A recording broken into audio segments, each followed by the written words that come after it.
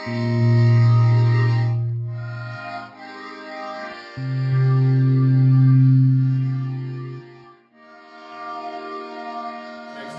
next year. That's next year. Larry, yes, please.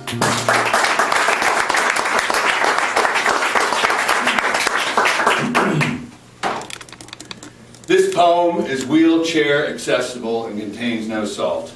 This poem is not responsible for lost or misplaced or stolen items. This poem is not responsible, period, but it especially does not care about your comfort or well-being and may in fact induce bleeding, headaches, nausea, and erections lasting up to but not exceeding 4 hours. This poem is 87% form-free and may contain improper grammar, punctuation, meeting the USDA minimum requirement of cliché as recommended by 8 out of 10 linguistic doctors from the mumbo-jumbo letters and pretense academy within stated guidelines using 23% simile, assonance, alliterative affronts, as well as meeting requirements of metaphor as written in water without getting wet. This poem will not heal, but can be considered housebroken. Will not fetch or spray, may leap and claw furniture, plays well with others to an extent, may bark at strangers, chase squirrels, enjoys the water and playing dead. This poem is neither fixed nor hot to breed. This poem is wind resistant, but not wrinkle free. Hand wash only, delicate spin, never use bleach, contains no synthetic material, colors may run, rinse in cold water, do not iron for best results, hang to dry. This poem comes without expiration date. Do not refrigerate after opening, but keep in a cool, dry place away from direct sunlight. Open on occasion to let vent. Contents may be under pressure, depending on how long on the shelf. Contains 0 corn syrup, illusions, preservatives, sweetness, or red dye number 2. May contain a scant whiff of vanilla and yellow rose extract. Aside from this poem is 100% guaranteed. See fine print on following page for rebate information.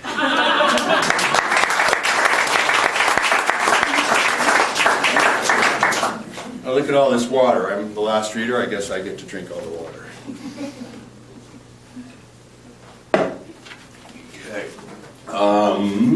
This is a Chicago poem. I lived in Chicago for a while. This is a place I like to go until I couldn't. This is called At Byron Barew's off Clark Street. They asked us to leave after we'd been drinking there for some time, and we did for a little while, until Martin said we should go back in and moon the bartender, which he did. Too low and half-assed, I said. Like this, you moron. I climbed up on a stool, got my pants down, my underwear down, bent over with my ass level to the bar, right where the bastard had to see it, then lost my balance. Fell over, stool and all, with my bare ass onto that ancient peanut shell dust bunny, tumbleweedium, splinter-riddled, nail-exposed, tar and gum-filled, cracked, bare-board floor with its 100-year-old filth, trod upon by rebels and convicts and sailors with sif, soldiers on AWOL, slumming frat boys, drunken Irish like Martin, and the poets who don't write and the writers who never say what they mean.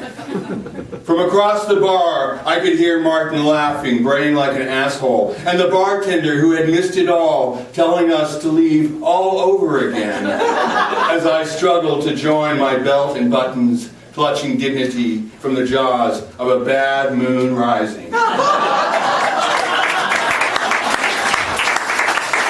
Thank you. I'm going to read my one from Clover. Thank you so much, Mary and Norm. And thank you all of you for sticking around. It's been a lot of poetry here and a lot of good readings. Okay, so this is one of my two from Clover, and sadly to say this is all autobiographical stuff. So, school lunches.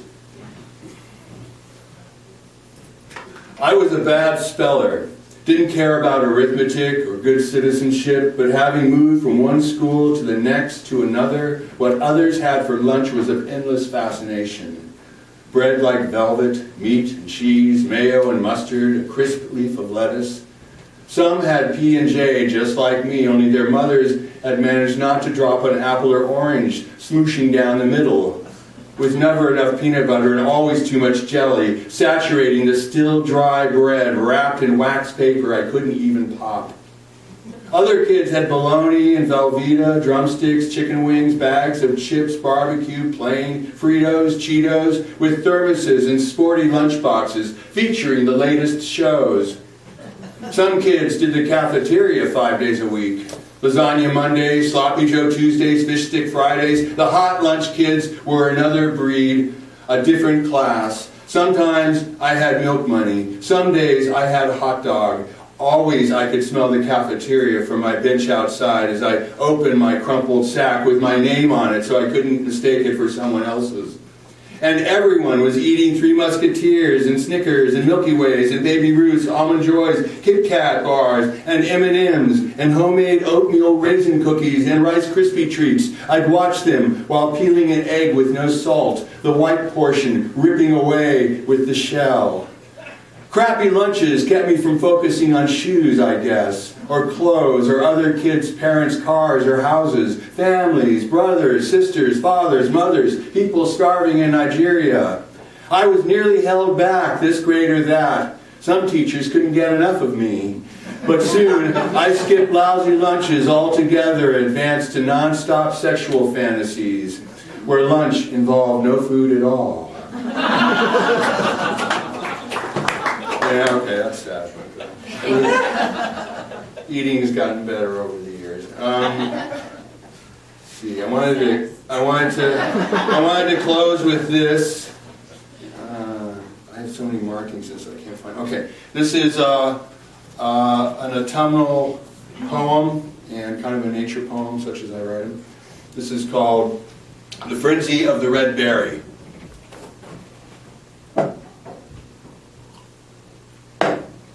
They appear in mass like some outlaw biker gang, descending like locusts, raining like toads, pelting the earth like children, spilling into the playground drunk and tumbling pie-eyed into the 2 a.m. dawn, racing full throttle round the yard, swooping, then flashing in rust-colored autumnal solidarity. Whoosh, whoosh, they dive with frantic wings like all existence hinged upon it, beating one another out as if embroiled in multi-dimensional chess without deliberation, like Huns chasing down the Sabine women, screaming, shrieking, aerial dynamos, daredevils, hot-dogging, hotshots, rebels without a pause, engaged in some cosmic carte blanche, ribbon-cutting, all-you-can-eat heat. Orbs of red clusters, vulnerable as testicles, bright like lanterns, beacons of temptation, picking them off with their yellow beaks, gorging greedily, ripping at them like Promethean entrails, stealing and resting their feathered corpulence on bobbing branches, hearts, rapid fire, pitter-patter, swallowing as they seize another and another, more and more. They're everywhere in a flash. 20, 30, hurtling and Hitchcockian, spinning, twirling like spastic lariats, dashing dipsomaniacal, magically avoiding collision without yielding one feather of cartwheeling cocksurety. 4 robins, I imagine, to be the senior sages, splashed giddy and gaga in the concrete bird bath, the anchor of this hub.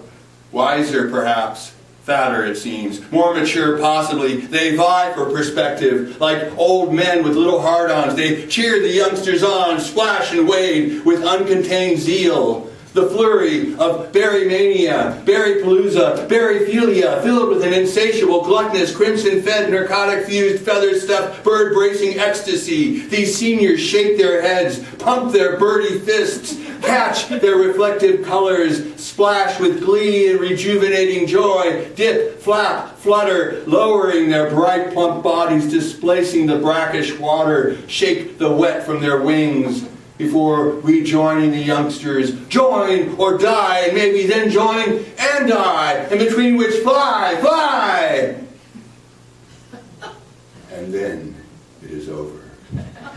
As instantaneous as it began, as if some secret alarm had sounded, and they taped to the greater elsewhere. The big blue beating passage, returning the scene back to the calm that prevails as the yard settles beneath the yellowing maple and its stripped bare branches. Its nearly fallen leaves spinning, twirling seeds, concluding with bunches of untapped berry clusters left behind like random booty from an interrupted robbery. The air reverberates with their departed energy, like a battlefield after the fact, only nowhere near as sad, as a big, sleepy, orange tabby appears. This brave warrior saunters out, watchful, cautious, travels the seed-laden lawn, the crabgrass, moss, clover, twigs, scattered berry husks, shell-shocked worms, nervous beetles, leaps up upon the bird bath, sniffs the tainted water, does not drink, gazes philosophically into the sky, blinks, then continues on, disappearing slowly into the dying azaleas and fallen foxglove. Thank you.